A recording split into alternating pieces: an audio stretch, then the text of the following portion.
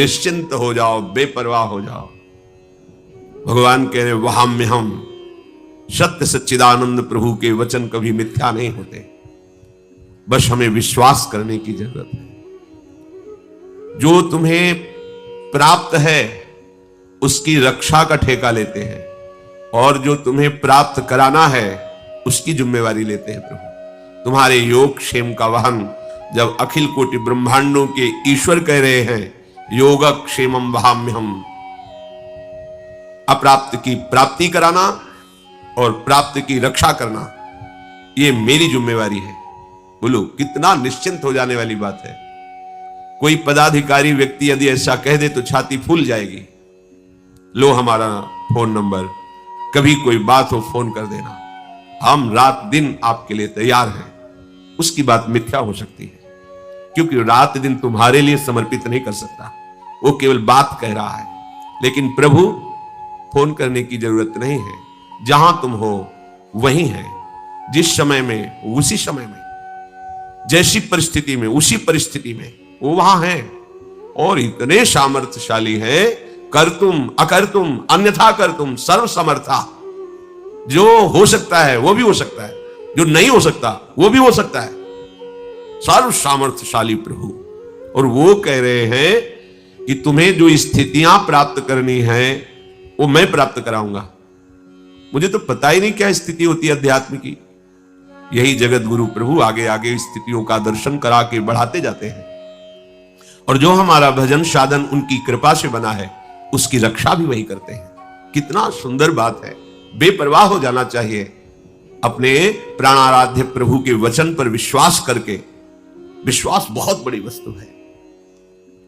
ये विश्वास आ गया तो मानो आप साधना का फल प्राप्त कर लिए। और विश्वास की कमी है अगर, तो फिर धक्का खाना पड़ेगा, भटकना पड़ेगा। हित ध्रुव जो विश्वास है तब ही सुधरे बात, नातर माया पंथ में फिरे जो टक्कर खात। इसमें ज्यादा बुद्धि लगाने की जरूरत नहीं है, मानने की जरूरत है, विश्वास की जरूरत है। अगर हमें इसी जन्म में भगवत प्राप्ति करनी है तो हमें विश्वास करना होगा। मेरे प्रभु हैं, सबके हैं, मेरे भी हैं, सब में है, मेरे में भी है, सब समय में है, इस समय में भी है, सब जगह है, इस जगह भी है। बोलो कहां प्रभु हमसे दूर हैं? हम विचारों के द्वारा प्रभु से दूर हैं, इसलिए हमें प्रभु दूर नजर आते हैं। नहीं, सबसे प्यारे, सबसे नजदीक प्रभु ही है हमारे। आप जहां हो उनकी गोद में बैठे हो, अंतर से भी और बाहर से भी। अणु अणियान महतो महियान, वो इतना महान है कि अनंत ब्रह्मांडों को एक रोमकूप में रखता है, और इतना सूक्ष्म है कि अणु के अंदर भी वो विराजमान है।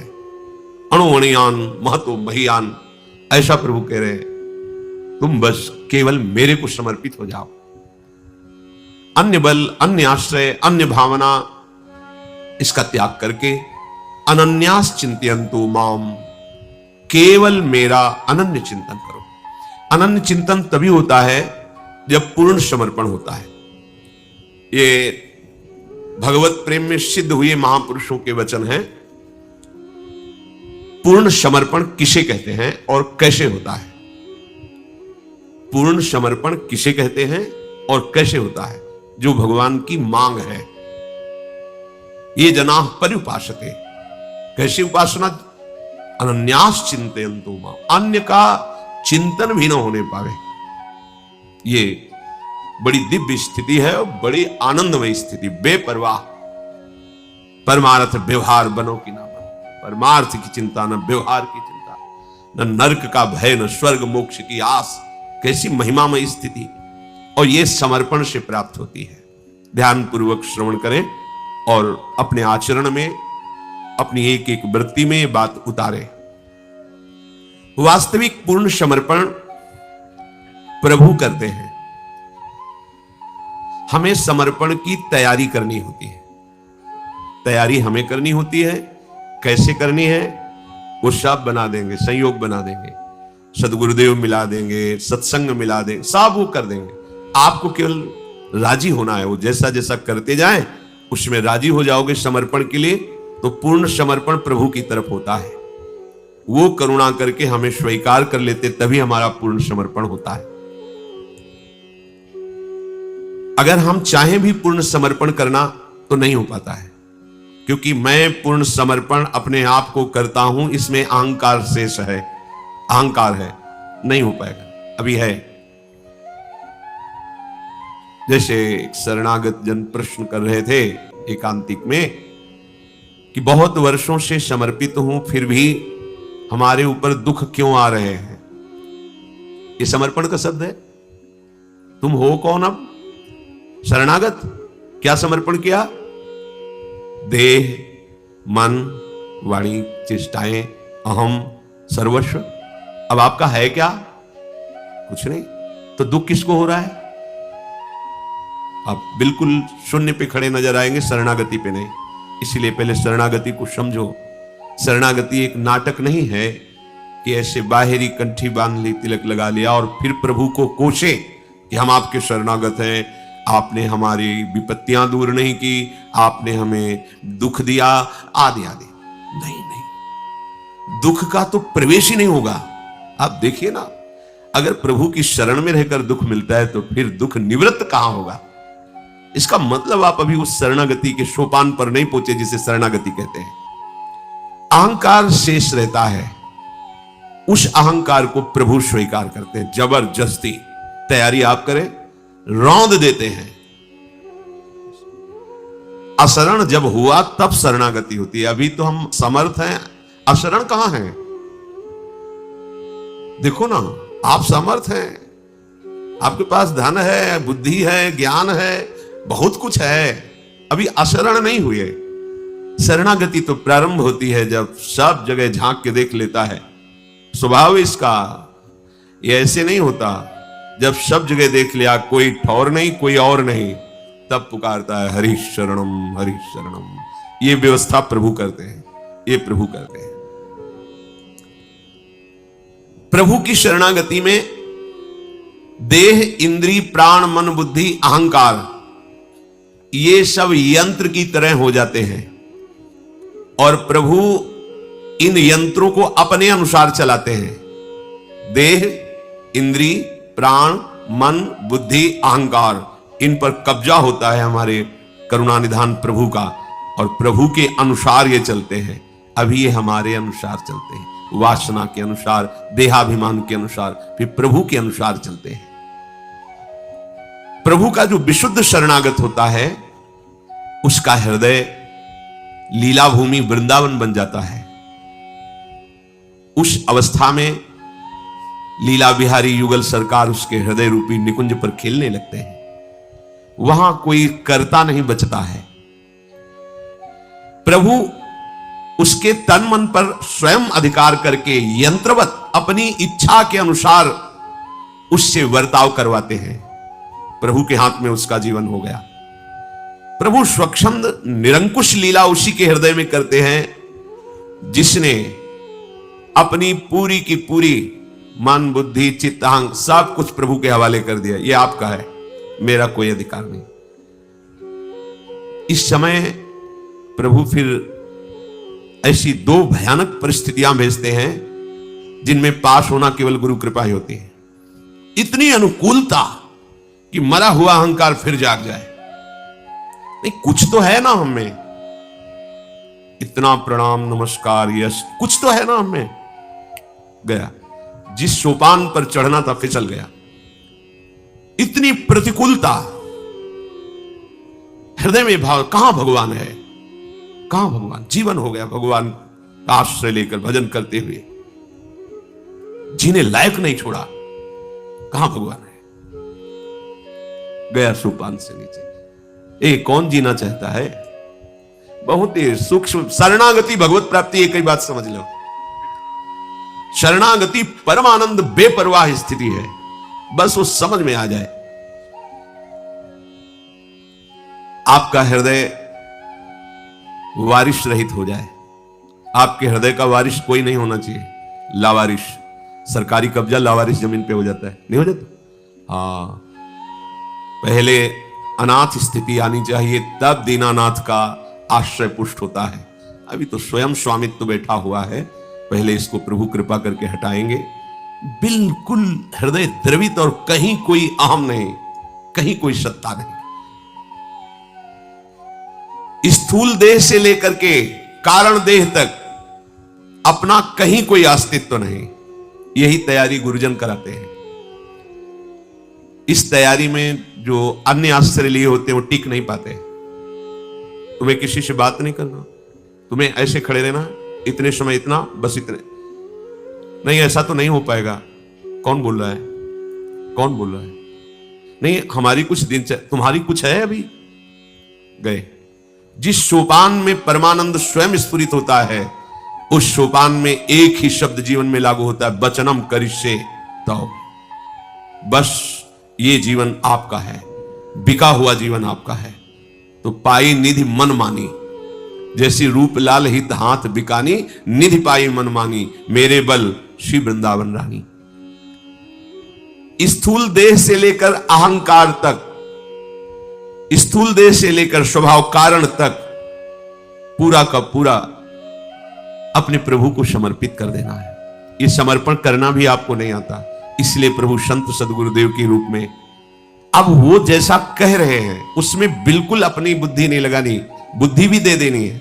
जब बुद्धि निर्णय करने लगे तो उसको भी वहां की जो वहां वचन है बस उतना ही। तेरी सलाह की अब जरूरत नहीं, तेरी सलाह से जब से सृष्टि हुई अब तक फंसा ही रहा, तेरी सलाह पर अब मुझे विश्वास नहीं, विश्वास है आज्ञा पर। जो ही वो इतना कर पाता है तो प्रभु स्वयं उसके हृदय में आ जाते हैं, उसको बुलाना नहीं पड़ता, ना ये कहना पड़ता है कि हे नाथ मैं आपकी शरण में हूं, आप मुझे स्वीकार कीजिए। क्योंकि जब कहने वाला नहीं रहा तो अब प्रभु को आवश्यकता नहीं आपकी प्रार्थना करने की। जैसे विशाल चुंबक लोहे को स्वयं खींच लेता है, ऐसे ही जो हृदय प्रभु के लिए समर्पण की वृत्ति की तैयारी करता है तो प्रभु स्वयं उस हृदय को खींच लेते हैं। हृदय हारी, हृदय बिहारी हमारे हृदय में ही आ जाते। जागृत शयन रहे तो उर ऊपर मणि कंचन ज्यों पाची। जैसे मणियों की कंचन की माला हृदय में, वैसे युगल सरकार इंद्रनील मणि श्याम मनोहर सात कुंभ तनु गोरी। आठों पहर, उनको बुलाना नहीं पड़ता। यहां ये पद्धति नहीं कभी आए और एक बार दर्शन दे दिया, ऐसे नहीं। ये प्रेमियों का गढ़ है। यहां पिय मूर्ति नयनन बसे तेहि रस रहाय समाय। यहां तन मन से बिछुरे नहीं, चाह बढ़े दिन रैन, पर कबहु संजोग न मानहि, देखें भरी भरी नयन। स्वयमेव उसके मन को, बुद्धि को, चित्त को, अहम को प्रभु खींच करके अपनी लीला भूमि बना देते हैं। इस स्थिति तक पहुंचने के लिए बहुत अनुभूत महापुरुषों के कुछ सूत्र हैं, सिद्धांत हैं। इनके आधार पर यदि आप चलेंगे तो आपकी शरणागति पूर्ण हो जाएगी, अर्थात भगवान अपनी तरफ से आकर आपके हृदय में प्रकाशित हो जाएंगे। शरणागति की बहुत ऊंची स्थिति होती है, पर जब तक ये लक्षण, ये बातें, ये सिद्धांत आप नहीं समझोगे तब तक शरणागति को आप समझ नहीं पाओगे। और जिसे हम समझा नहीं तो फिर स्थिति कैसे आएगी। सबसे पहला शरणागति का लक्षण है नित्य निरंतर प्रभु का भजन करने का भाव होना। प्रारंभ, शरणागति का प्रारंभ कहां से होता है? भजन से। कैसा भजन? नित्य निरंतर प्रभु के अनन्य भजन का। एक भरोसो, एक बल, एक आस विश्वास, एक राम घनश्याम हित, चातक तुलसीदास। एक निष्ठा पे आ जाओ। जैसे कई जन प्रश्न करते हैं कि हम अमुक अमुक अमुक अमुक इन सब की पूजा करते हैं, सबको भजते हैं, तो क्या गलत है? नहीं, गलत कैसे हो सकता है? बहुत बढ़िया है, पर प्रेम मार्ग के पथिकों में आपकी गणना नहीं होगी। आप अध्यात्म की ऊंचाई पर चलने वाले महापुरुषों के मार्ग पर नहीं है। यहां तो तब आपकी एक भरोसा, एक बल, एक आस, एक विश्वास। कैसे? जैसे गोस्वामी जी के आराध्य देव रामजू है तो कह रहे कि चातक की तरह एक मात्र, जैसे चातक मेघ का आशिक होता है, ऐसे एक राम घनश्याम हित, चातक तुलसीदास। जैसे हित महाप्रभु कहते हैं, रसना कटो जो अन रटो, निरखी अन फुटो नयन, श्रवण फुटो जो अन सुनो, श्री राधा जस बहन। ये अनन्य भजन की तरफ। अब यहां से शरणागति प्रारंभ होती है। वो साधारण भक्ति है, क्रम से अगर चलोगे तो वहीं से आगे बढ़ना होगा, पर उतना ही विश्राम स्थल नहीं कि हम थोड़ी पूजा बहुत से भगवत स्वरूपों को विराजमान करके कर ली। वो तो कामना पूर्ति की विशेष भावनाएं होती है ना, कि गणेश जी सुन लेंगे तो सुन लेंगे, लक्ष्मी जी सुन लेंगे, फिर देवी जी और भी भगवान है, इन 10-5 भगवान में कोई ना कोई एक तो सुन ही लेगा ना हमारी बात। तो अब यहां अपनी बात नहीं सुनानी है, अपनी बात ही खत्म कर देनी। अब आपकी बात चलेगी, हमारी कोई बात नहीं है। जब आप अपनी बात खत्म कर देंगे तो आपके जीवन में वो बात आएगी जो बात की बात है। कहा कहो एक जीव सकीरी, बात की बात। शरणागति का प्रधान साधन है नित्य निरंतर अपने प्रभु का भजन करना। प्रभु का भजन करना नहीं कहा, अपने प्रभु का। अपने कौन से प्रभु? जो हमारे गुरुदेव भगवान ने नाम दिया, मंत्र दिया, रूप दिया, उपासना दी। ये किसी फल के लिए नहीं। ये जिस शरणागति का भी वर्णन किया जा रहा है, ये इसके आगे कुछ नहीं है। ये शरणागति आ गई तो तुम जो भी भावना करके चले थे वो सब प्राप्त हो जाएगा। सब जो भी लोक परलोक प्रेम ज्ञान बोध, जो भी, किसी फल के लिए नहीं। वो केवल अपने आराध्य देव को प्रसन्न करने के लिए भजन करता है। जैसे हम नाम जप करते हैं तो लाडली लाल मुस्कुराए इसलिए करते हैं। राधा बोला तो लालजू मुस्कुराए, श्याम बोला तो लाडली जी मुस्कुराए। यही मैं देख रहा हूं। हम जो राधा वल्लभ बोलते हैं वो हमारे प्रिया प्रिय वल्लभ, बहुत प्यारा नाम श्री लाडली जी को लगता है। वल्लभ श्री लालजू का नाम है, और राधा नाम तो लालजू का जीवन ही है। विवश होकर, प्रेम विवश होकर अश्रु प्रवाह करते राधा राधा। तो हम राधा वल्लभ बोलते हैं तो हमारे युगल सरकार को सुख पहुंचता है। हम नाम भी जब करते हैं तो युगल सुख के लिए करते हैं।